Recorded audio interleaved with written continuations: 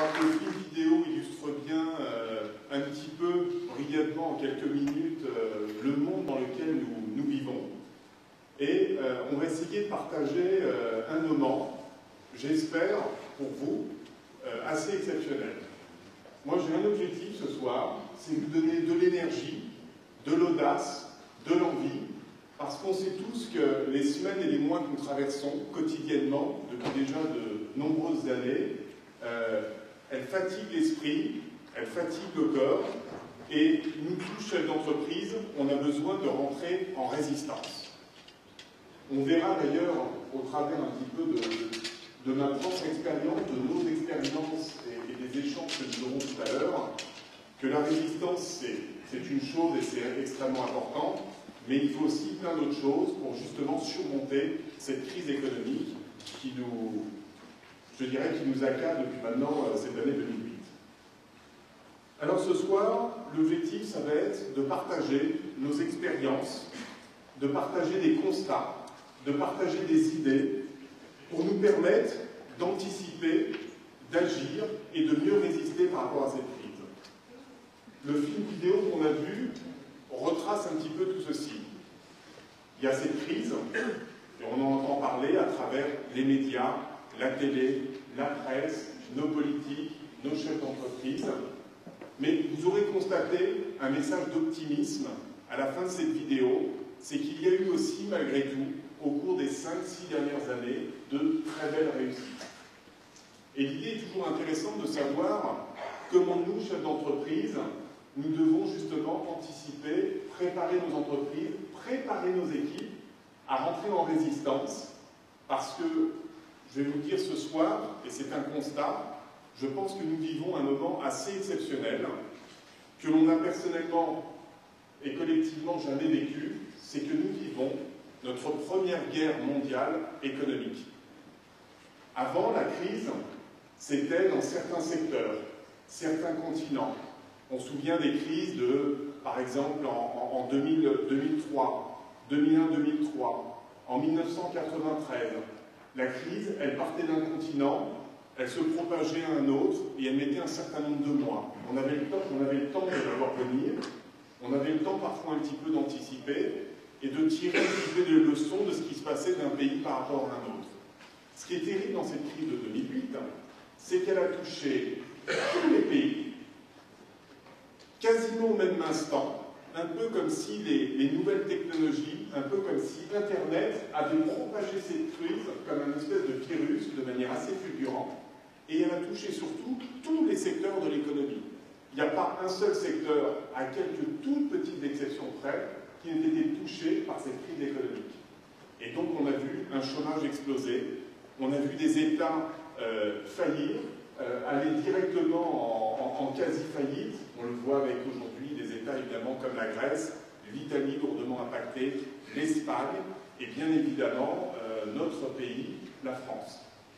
Alors cette crise, elle touche les États-Unis, elle touche l'Australie, elle touche évidemment les pays émergents, et puis nous allons tous vivre au cours des semaines, des mois et des années à venir un vrai changement. Un changement parce que vous savez qu'au début du siècle dernier, la France dominait le monde et était la première puissance mondiale, avec l'Angleterre. Depuis la fin de la Première et de la Seconde Guerre mondiale, nous avons une autre grande puissance qui est arrivée. Ce sont les États-Unis d'Amérique qui ont commencé effectivement à dominer le monde et à devenir la première puissance. Et puis vous avez en 2016 c'est demain, vous avez un autre pays qui va passer au premier rang mondial, ça s'appelle la Chine.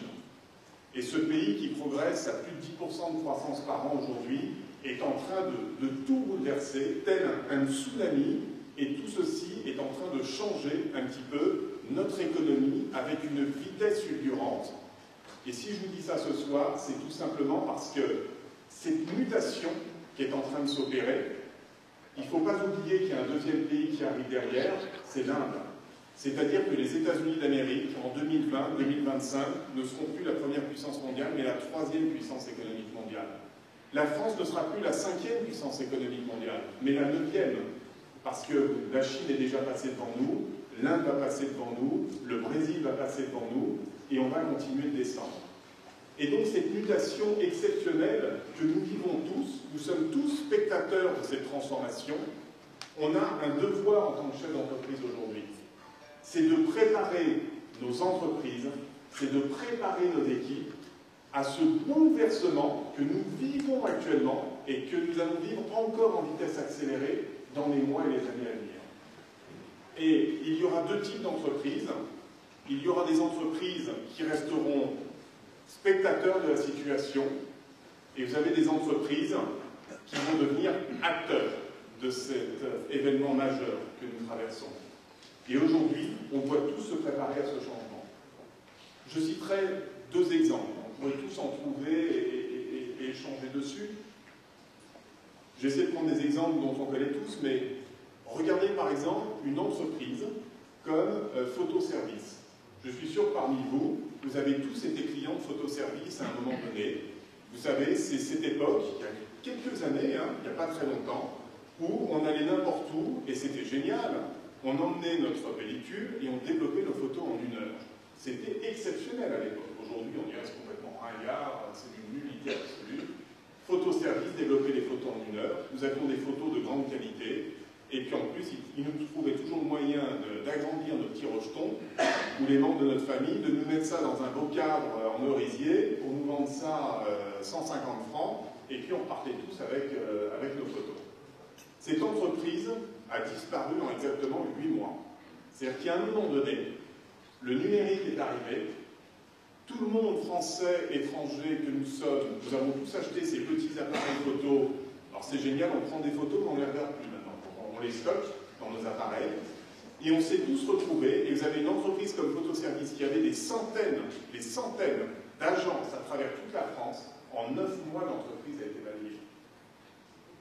Ce que je voulais prendre comme exemple, c'est vous montrer à quel point les technologies, les systèmes d'information, la mutation, l'accélération qui se produit en ce moment depuis quelques années et qui est de manière exponentielle, provoque un bouleversement majeur au niveau de nos entreprises.